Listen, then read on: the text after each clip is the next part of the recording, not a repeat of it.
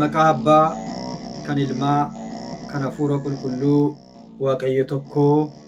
Ameen. Kabajamtootaaf jaallatamtoota, sagaleen kun kan isinitti dhaga'amu fakkii kana kan daawwachaa jirtan maatiiwwan Waaqayyoo bakka jirtanitti nageenyii fi jaalalli Waaqayyoo isiniif haa baay'atu. Kadhatni haadha keenya qulqulluu qulleettii Durboo Maariyaam akkasumas eebbi abboolii keenyaa hunduma keenya waliin haa ta'u jechaa akka jaalalaaf eeyyama Waaqayyootti ulee fakkiin boofaarra jiru abbooliin keenya kan qabatan kun maalidha kan jedhuun ta'a. Akkuma dudduuba kootii daawwachaa jirtanii abbooliin keenya ulee isaan qabatanii jiran kanarratti fakkeenyi boofaa jira. Fakkiin boofaa. Boofa kana hiikoo hin taanetti kennuudhaan boofi kun bofa seexanaati. Abbooliin kan qabatan kun amantii Illuminaatii yookaanis 666 waliin kan qabatedha jedhanii obboloowwan keenya dogoggoranii nu dogoggorsuudhaaf amantootas burjaajessuudhaaf sooshaal miidiyaa irratti illee ennaa barreessan ni argina. Haa ta'uyyuu malee ulee abbooliin keenya qabatan fakkiin bofaa boci bofaa irra jiru kun maalidha? Gabaabaamatti daqiiqaa muraasa keessatti dhaamsa isinii dabarsinaa. Waaqayyo gooftaan hundumaan keenyaaf iyyuu beekumsa isaa icitii isaa nuuf haa ibsu, hunduma keenya waliin haa ta'u. Egaa kiristaanotaa akkuma beektan manni amantaa Ortodoksii Tawaahidoo Itoophiyaa kan addunyaarraa adda ishee taasisu biyyooliin addunyaa irratti beekumsaan, qaroominaan, ammayyummaan, soorumaan beekaman biyyoota guguddaa warra ofiin jedhan yeroo isaan waaqa tolfamaa adda addaatiif innaa isaan jilbeeffachaa turan waaqa wajjin ituu isaan waliin bariin yeroo isaan waaqayyoo ituu waaqeffatiin waaqayyoo wallaalanii dukkana keessennaa turan biyyi keenya Itoophiyaan garuu kakuu duraa dursitee waaqayyoon kan waaqeffachaa turtedha. Kakuu moofaattis immoo biyyi keenya Itoophiyaa waaqayyoo kan waaqeffachaa turte aarsaa waaqayyoof kan dhiyeessaa turte ta'uu ishee ragaan dhugaa ba'aa seenaanis hinaasaa addunyaan marris haqa kana beeka. Kanaaf manni amantaa Ortodoksii Tawaahidoo mana kakuu lamaanuu jedhamtee beekamti. Mana kakuu moofaaf kakuu haaraa. Ijoolleen Tawaahidoo kanaan gammaduu qabna, kanaan waaqayyoon galateeffachuu qabna, kanaan boonuu qabna jechuudha. Abbooliin keenya kakuu lamaanuu fudhatanii ijoollee isaanii ittiin barsiisuu, amantii isaaniitti akka jabaatan ittiin gorsu. Kana malees immoo icitii kakuu haaraaf kakuu moofaa hiikuudhaan nu barsiisu jechuudha. Fakkeenyaaf addunyaa irratti kiristiyaana jedhamanii kan beekan baay'ee jiru.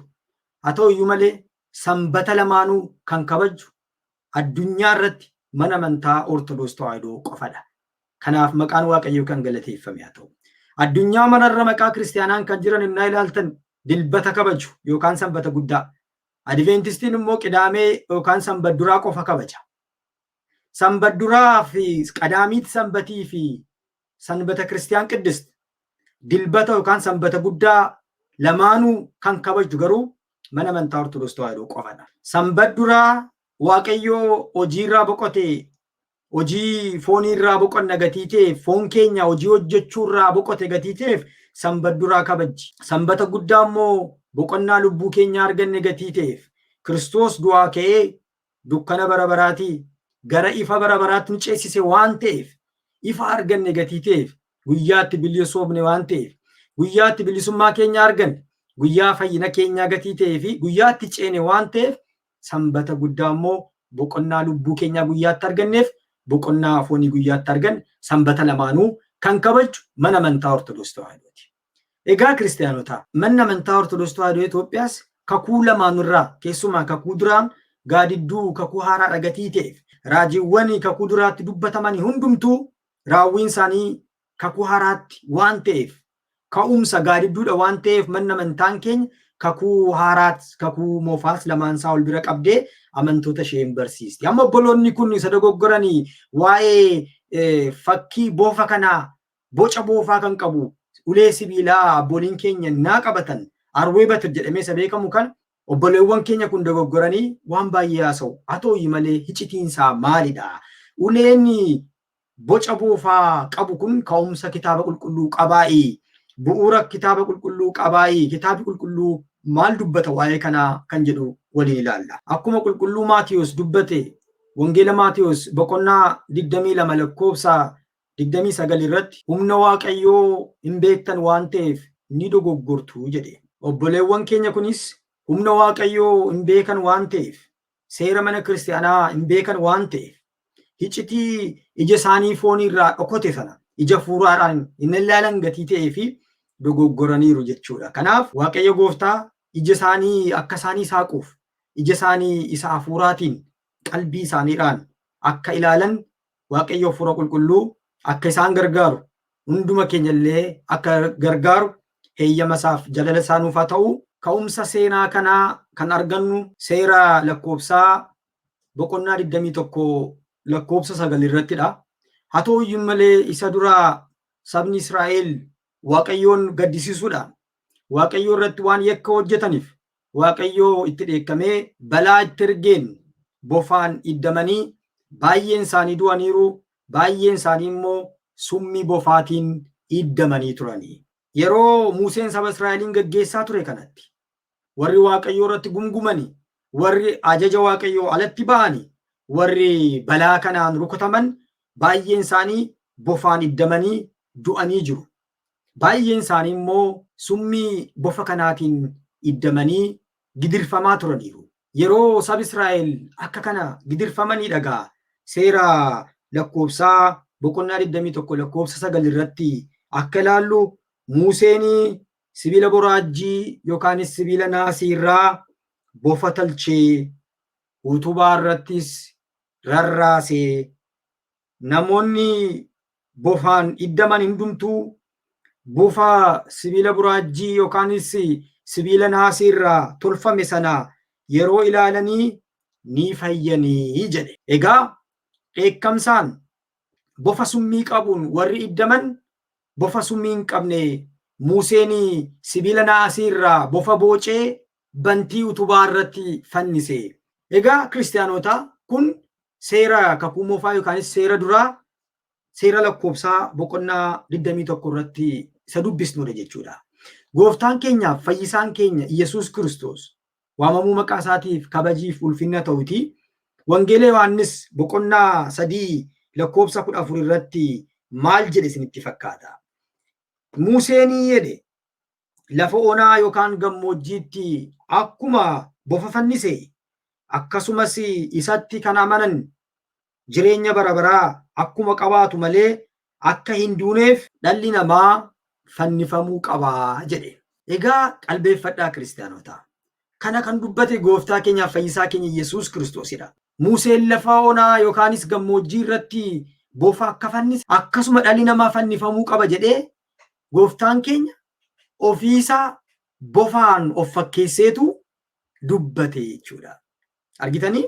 Duratti Museen gammoojjii irratti sibiila naasii irraa bofanni hojjete sana ofitti fakkeessee ituun leeyyeen ituun qaana'in ofiisaa bofaan of fakkeessee bofa sibiila naasiitiin of fakkeessee akkuma Museen bofa sana fannise dhalli namaas akkuma kana fannifamuu qaba jedhee waa'ee fannoo isaatii fakkeessee dubbate jechuudha. Egaa gooftaa keenyaaf fayyisaan keenya Iyesuus Kiristoos fannifamuusaa bofaan fakkeessee bofa sibiila naasiin hojjetameen fakkeessee innaa dubbate kan hin qaanofne abbooliin keenya paatraarikoonnii fi hangafti phaaphaasotaa wanna kana harkatti qabachuun isaanii waan nama qaanessu maaltu jira?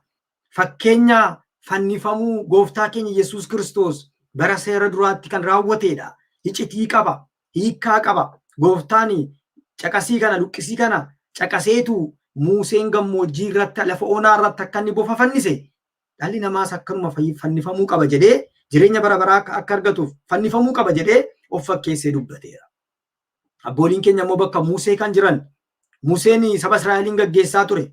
Abbooliin keenya immoo amantoota gaggeessitoota waan ta'aniif Museen uleedhaan akka inni raajiif dinqii baay'ee raawwachaa ture seera ba'uu boqonnaa 4 dubbiseen arganna.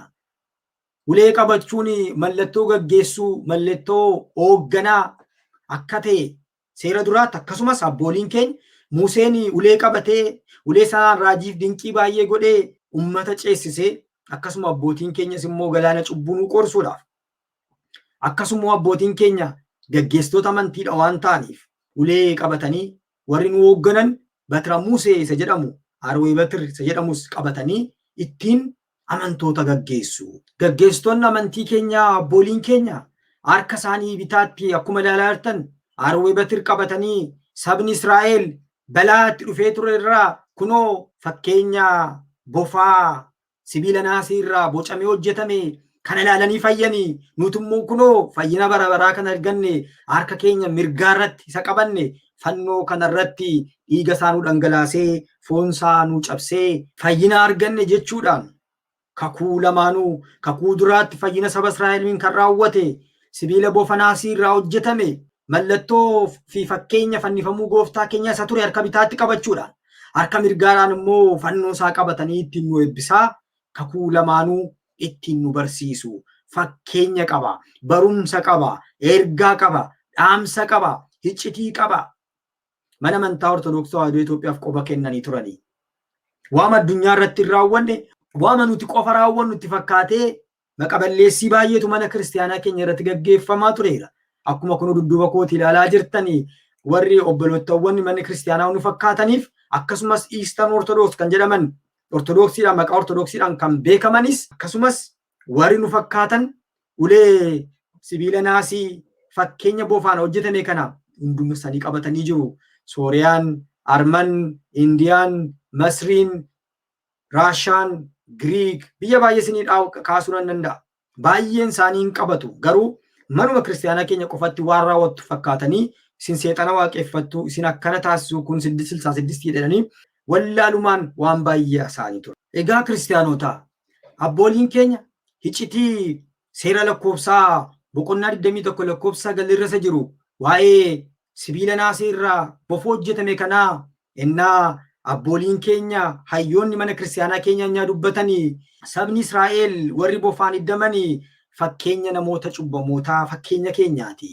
Bofichi inni summii qabu sun immoo fakkeenya diina keenya amajaajii seexanaati. Fakkeenya sibiila naasii inni summii hin qabne sana immoo fakkeenya gooftaa keenyaaf fayyisaa keenya Yesuus Kiristoos cubbuu isaa malee badii isaa malee nuuf jedhee fannoo isaa irra ooliidha. Museen sibiila naasii irraa bofa hojjetee wantii utubaa irratti akkuma inni fannise Waaqayyo Abbaas ilma isaa tokkicha addunyaatti erguu isaa fannifamuu isaa iccitii akkasii kan of keessaa qabudha kiristaanota.